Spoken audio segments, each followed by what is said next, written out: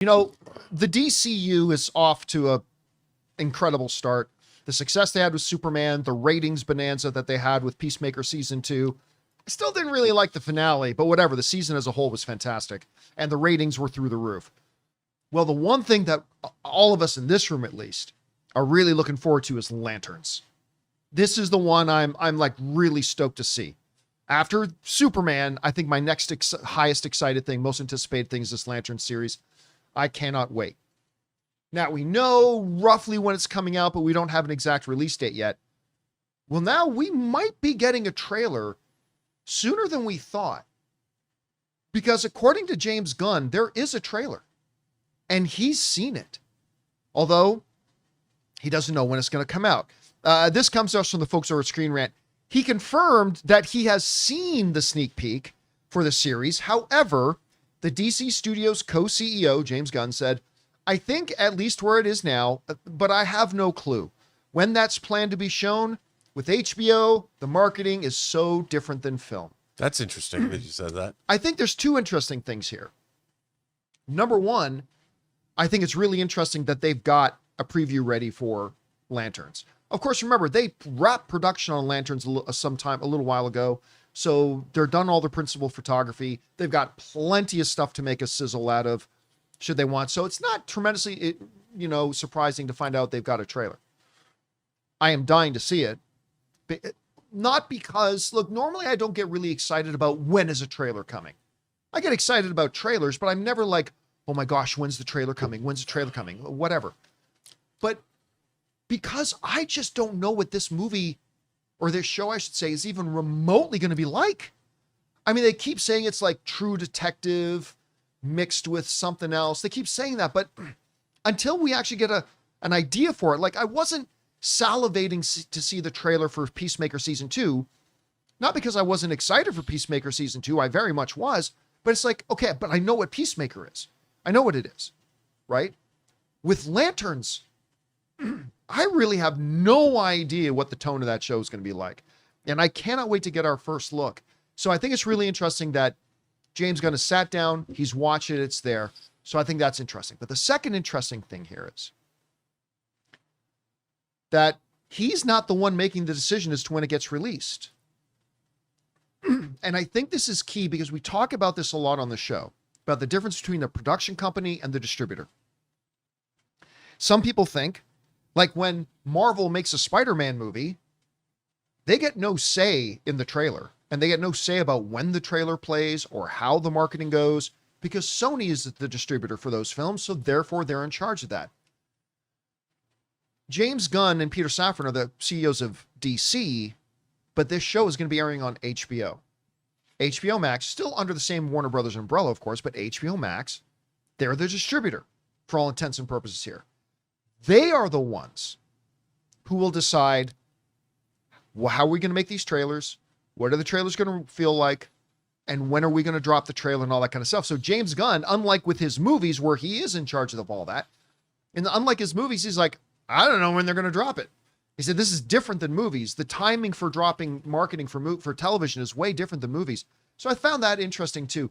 Guys, we want to take a second to thank the sponsor of today's video, Zapier. You know, one of the biggest game changers of the past year has been AI. But let's be real, just talking about AI doesn't actually make your day any more productive. What does make it more productive is finding tools to put AI to work for you. And that's where Zapier comes in. Zapier is the easiest way to take AI and plug it directly into the apps and processes that you're already using every day. No IT bottlenecks, no complexity, just results. For me, it's been about saving time on repetitive stuff so I can focus on the work that matters and I actually enjoy. And it's not just me. Over 3.4 million companies are already using Zapier to streamline everything from sales and marketing to IT and HR. With their AI orchestration platform, you can connect top AI models like ChatGPT or Claude right into the apps you already use. So whether it's automatically enriching leads, coaching your sales team, or even resolving IT tickets, Zapier makes it simple. Guys, join the 3.4 million companies already automating with Zapier and transform how you work with Zapier and AI. Get started for free by visiting zapier.com/Campea. That's ZAPIER.com/Campea. Anyway, Rob, James Gunn is saying he's seen the first teaser for Lanterns. Synced it. What are you hoping to see out of it? When do you think we might see it? And what do you think about what he said? Look, I think we're all excited for this. The potential, for me, I'm really excited for the tone, the kind of, I think what's really interesting, the tone of James Gunn's Superman is very, very different from the tone of what Zack Snyder did with Superman. And I think the tone is an issue that people don't talk about really enough. And to me, the tone of Lanterns is going to be really interesting because I think it's going to be different than Gunn's Superman, different than Gunn's Suicide Squad, for instance, different than his humorous take. I mean, it seems like it's much more of a serious, it's weird to say this about Green Lanterns, but grounded take.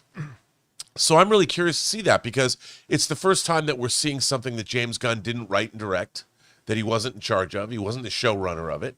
So it's going to be it's the first time that we're going to see what does James Gunn's DC universe look like when it's not James Gunn himself writing and directing. So that's really exciting. But I love the fact that James Gunn's like, yeah, I gave it to HBO because I'm sure the HBO executives are like, listen, when we promote Night of the Seven Kingdoms in the third season of House of the Dragon, we've got it covered. Yeah, we're good. We'll take care of your little Lantern show. You can trust us. By the way, we were okay on The Sopranos, and we were okay. I mean, they can just list out everything. And James Gunn's probably, and that's why people sometimes don't understand that even though he's the head of a studio and directing, billion-dollar movies or whatever, potentially billion-dollar franchises, he still has to then, he's subordinate to what HBO marketing wants to do. Yeah. Which I love that. I mean, people need to remember that, no one is the king of the world in Hollywood. Everybody's the king of their hill.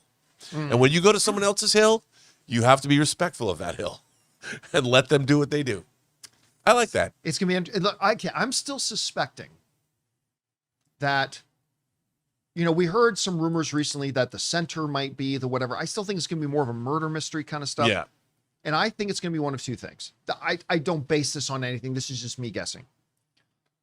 We already know that Guy Gardner is in the show. I think there's a very good chance Guy Gardner gets murdered. And this is part of this thing might be figuring out who murdered Guy Gardner. Because Guy Gardner is a character we now know and we've gotten to know, and therefore his murder will have an emotional impact or give us some stakes in this as audience members. I think the other possibility of somebody got murdered is Kyle Rayner, another Green Lantern comic book character that, listen, they've already got plenty of Green Lanterns. I don't think they need to have a Kyle Rayner.